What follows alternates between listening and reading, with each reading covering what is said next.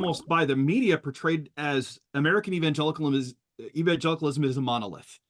It's just by itself. And yet we see, and I interact with pastors all the time that are still resistant, and they can't see the opportunities for mission right here with the different nations around us. And part of the reason I guess I just see it. I guess I just see it otherwise. I see churches that are doing the opposite. I'm sure you're right. You're seeing something, but I'm just saying, I think most of the pastors I know are as eager as possible to get about that task. And I do think we got to get over some rather simplistic thinking about this. And one of them is, and I'll never forget a hard conversation I had with a Korean Christian brother about one of these issues. And he said, look, here's the problem. He said, you think we're standoffish. And he said, actually, we like Korean food.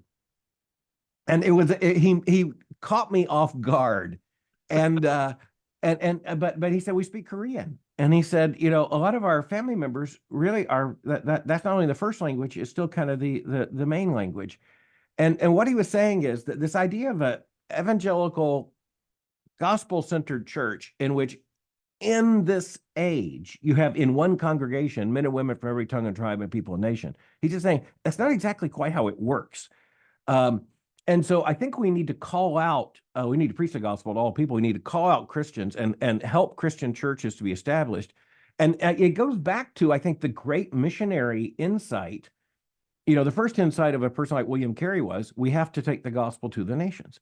The second thing was, things are going to look different in India than they do in London. And that's not wrong. And so just trying to figure, I hope we're talking about the same thing, but just trying to figure that out. So I want to be a part of a church in which everyone is welcome.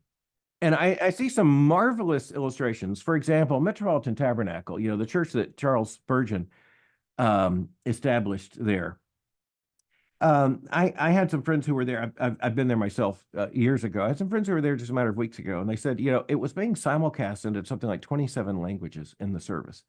There are all these earpieces, people are listening, and there's someone translating. There's something absolutely wondrous about that. Mm-hmm. But that is a particular neighborhood in London.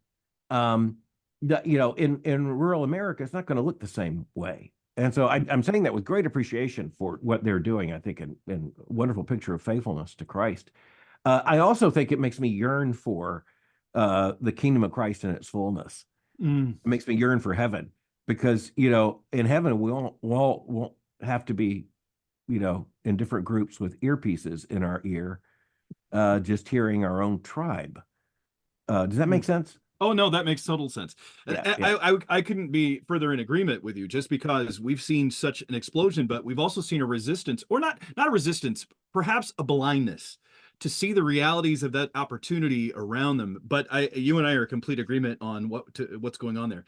But yeah, I think maybe some encouragement, is in order here, because, I am really seeing, maybe it's just because I'm a part of a specific community here in Louisville with a bunch of churches, but we have, you may have heard, a horse racing industry here. and keep going, I'm sorry. Yeah, no, and over the last 20 years, there's been a huge shift in the ethnicity of a lot of people who are in the back of Churchill Downs and of the racing industry. They're the people who make it all happen, who take care of the horses, and that entire culture.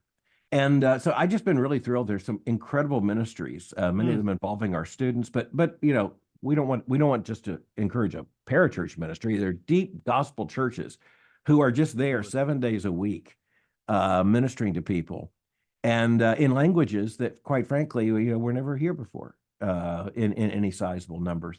So I just want to say, I think maybe this is a bit generational, and so maybe it's younger pastors, but then I'm correcting myself, because I think of the churches directly involved in those ministries, and those pastors some of them are my age and near it, but they're younger people in the church, and I think they are, just to be honest, more accustomed to some of these questions. But I think some of them are also, having to kind of chasten some of the things they said they wanted. What does faithfulness look like? Faithfulness looks like men and women from every tongue and tribe of people and nation in a church on the Lord's day. Well, that's going to make preaching really complicated. Which is one of the reasons why. I mean, the day of Pentecost is a picture of the challenge, and we do not have the day of Pentecost happening, where everyone hears what Peter preaches in his own language, and so there's a reason why we need to call out preachers. That's the reason why when I came here as president, we didn't have a Spanish language program. Well, we're now expanding into a Spanish language PhD program. That means only Spanish. We already have the Doctor of Ministry program. We already have the entire Master of Divinity program, and that's just one. We've got other languages already. I mentioned Korean, the same thing. And I'm not really throwing stones at the past because they didn't even maybe see the challenge or have the opportunity or the technology. I mean, frankly, the technology is vital here. So I'm just incredibly thankful. So I want to agree with you. There's a lot of missed opportunity. I just want to encourage and say, man, I'm just seeing evangelical Christians who really love the gospel really leaning into this.